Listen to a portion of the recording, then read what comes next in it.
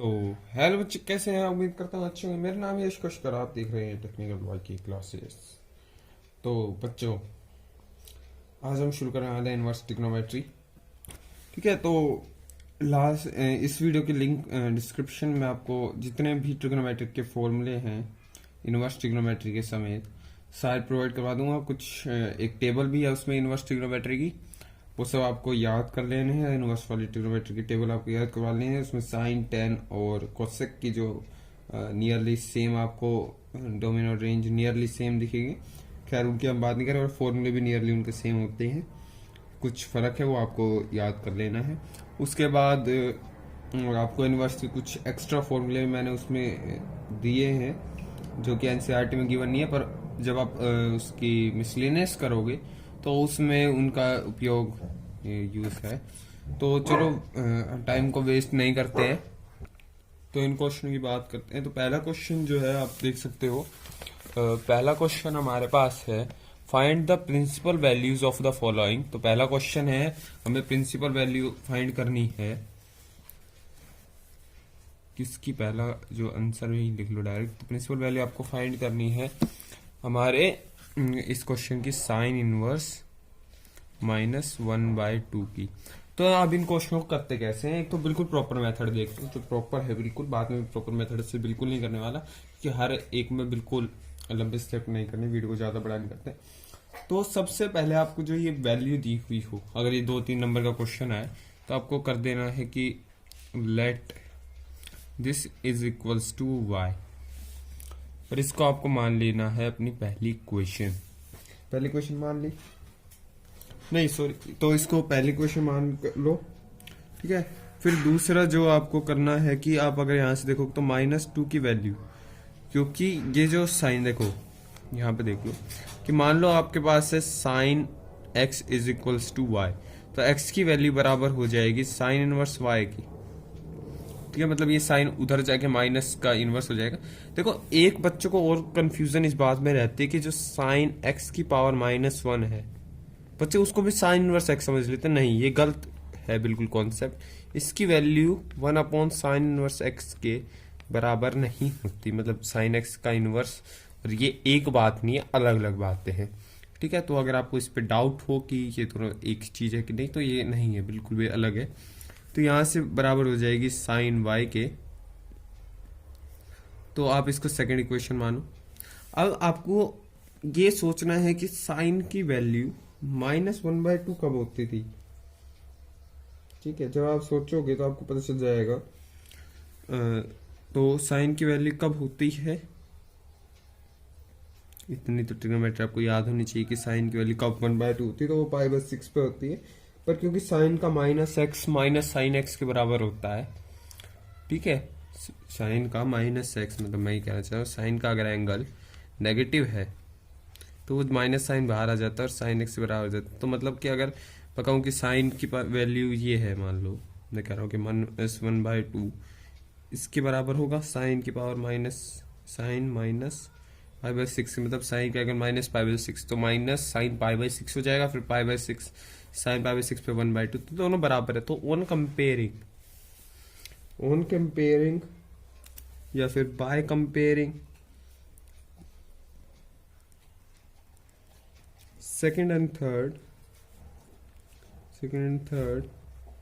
We get, हमें क्या मिलेगा? हमें मिलेगा y इज इक्वल्स टू -π/6, ये मिलेगा। तो ये जो रिलेशन है ये आ गया आपका principal value.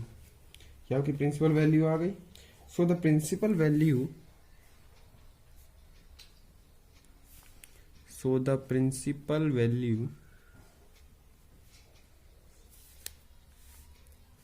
Of sine inverse -1/2 is -π/6। अब ये तो ही लॉन्ग मेथड की बात है कि बहुत ज़्यादा हमें मैथमेटिक्स का बहुत ज़्यादा हमें ट्रिग्नोमेट्री का यूज़ किया, और ये तो है प्रॉपर मेथड इसका करने का, अगर ये 2-3 नंबर में आए। और अगर आपका 1 नंबर का क्वेश्चन बिल्कुल मतलब जैसे MCQ आते हैं ना, MCQ आए तो ये मेथड आपको यूज़ नहीं करना। चलो सेकंड क्वेश्चन से देखते कैसे करेंगे फिर हम। तो अब इस मेथड की बात करते हैं। तो सेकंड क्वेश्चन हमारे पास है कोस इनवर्स √3/2। तो कोस आपको बस ये देख रहे हैं कि कोस कब √3/2 होता है। तो अगर आप कोस को देखो तो वो π/6 पे √3/2 होता है। तो बस दैट्स इट, ये आपका प्रिंसिपल वैल्यू आ गई साइन कोस इनवर्स √3/2 की π/6 की। और अगर आप इसको प्रॉपर मेथड से करो तो सेम फर्स्ट वाला मेथड इस्तेमाल करना है। अगर ये 2 से 3 नंबर का अगर MCQ आए तो बस इतनी बात सोचनी है, कोस इनवर्स कब √3/2 होता है, कब होता है π/6 पे। तो आपका आंसर आ गया। अब दूसरी बात कर ले, कोसेक इनवर्स 2, ये नेक्स्ट क्वेश्चन है, कोसेक इनवर्स 2। तो कोसेक इनवर्स √2 होता कब है? कोसेक इनवर्स 2 भी π/6 पे होता है। तो ये भी हो गया। चौथा क्वेश्चन हमारे पास है tan इनवर्स -√3। तो अब आपको इनवर्स की एक बहुत अच्छी प्रॉपर्टी बता देता हूं कि अगर साइन, tan या कोसेक में से किसी का एंगल, इनवर्स की बात कर रहा हूं, किसी का एंगल -x हो जाए, ठीक है, -x हो जाए, तो वो माइनस जो भी ट्रिग्नोमेट्रिक आइडेंटिटी है आपकी इन तीनों में से, और उसका x हो जाता है। मतलब यहाँ पे -tan इनवर्स √3 इसकी वैल्यू हो जाएगी, मतलब माइनस बाहर आ जाएगा साइन को tan और कोसेक में। तो -tan इनवर्स √3, tan इनवर्स √3 कब होता है? आई थिंक π/3 पे, और माइनस बाहर है तो -π/3 पे। तो ये इसकी प्रिंसिपल वैल्यू हो गई। तो पांचवा क्वेश्चन हमारे पास है कॉस इनवर्स -1/2।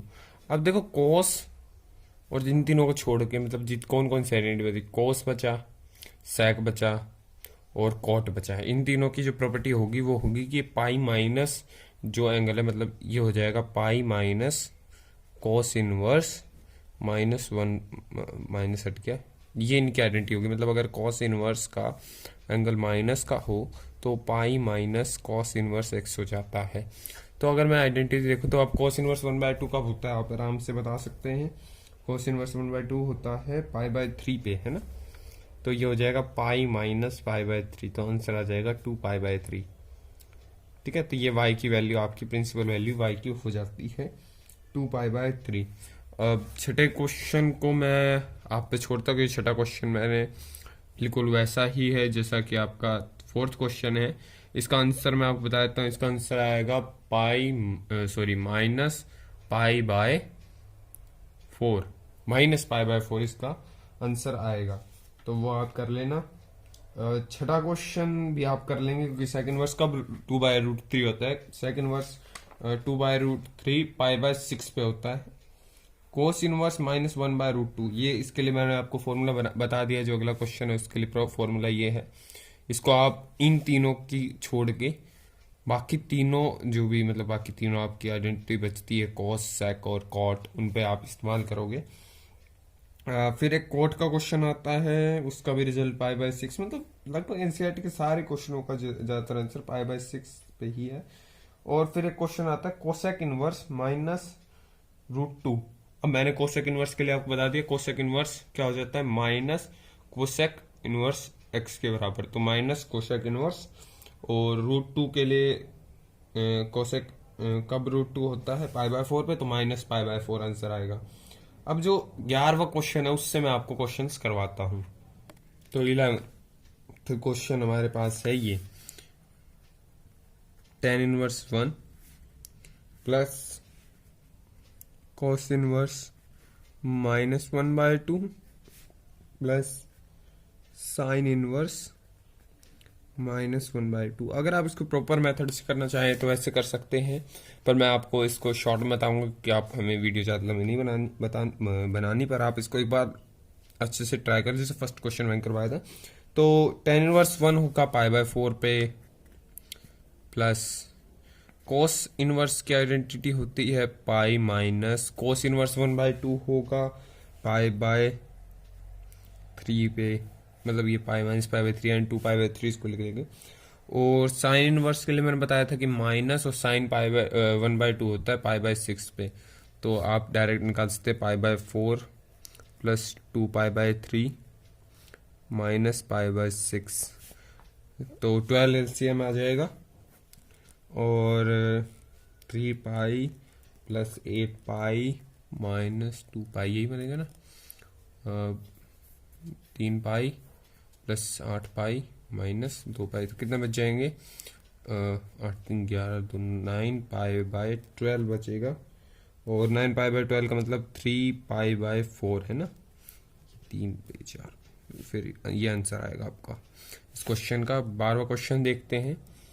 12वां क्वेश्चन हमारे पास है, find the value of cos inverse x plus 2 sign inverse 1/2, मतलब ये क्वेश्चन है cos inverse 1/2 plus 2 sign inverse 1/2। तो अब आप देख सकते हो cos इनवर्स 1/2।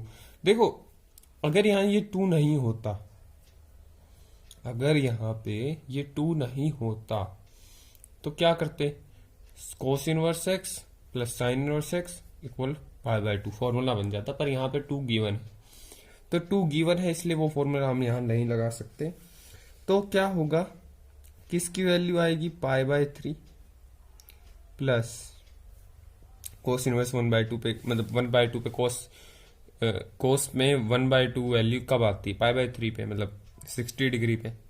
पाई रेडियन मतलब 180, देखो ये तो पता ही होगा, पाई रेडियन मतलब 180 डिग्री के बराबर, वही रिलेशन हम यूज करते हैं।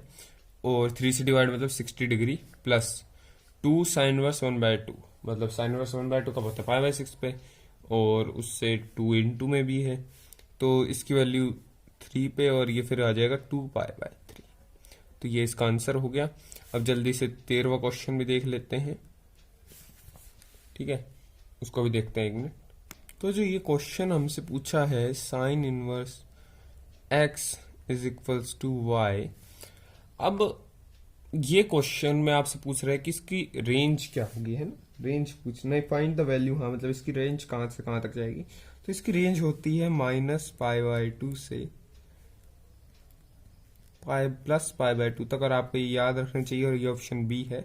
आपको जो मैंने टेबल दी है उसमें ये अच्छे से गिवन है, तो आपको ये सब याद कर लेना है, ठीक है। अब एनसीईआरटी के पेज नंबर 40 पे भी इसको देख सकते हैं। ये देखिए, ये रही वो टेबल, और इसमें जो साइन इनवर्स की एक्स वैल्यू जो दे रखी है साइन इनवर्स की टेबल की, ये आपकी रेंज है, ये डोमेन है, तो रेंज यहाँ से आप देख सकते हैं। क्लोज इंटरवल में लिखा है। अब आपको ये एक बात बता दूं, क्लोज इंटरवल और ओपन इंटरवल की कहानी है, ठीक है। वैसे आपको 5th चैप्टर में पढ़नी है अच्छे से, फिर भी मैं आपको एक थोड़ा सा इसका ब्रीफ दे देता हूँ।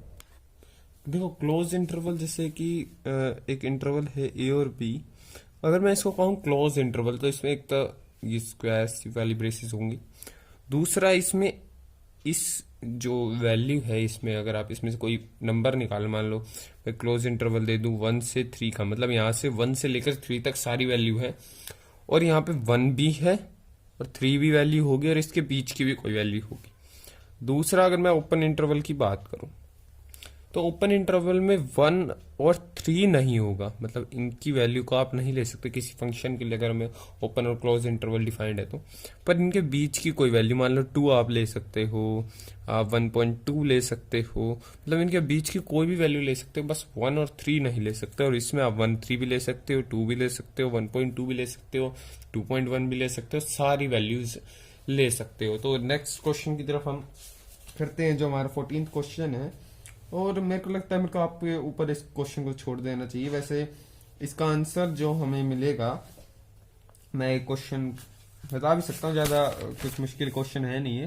देखो tan इनवर्स √3 होता है पाई/3 पे, और sec इनवर्स का जो -2, देखो 3 जो थे वो थे साइन, tan और कोसेक, उसके बाद जितने भी आएंगे उनमें से पाई माइनस, यानी कि sec इनवर्स के लिए जो बनेगा वो बनेगा पाई माइनस पाई/3, क्योंकि वो पाई/3 पे इसकी वैल्यू 2 होती है, ठीक है। तो यहाँ से बन जाएगा 2 पाई/3, और इसमें आपको ऐड करना है पाई/3।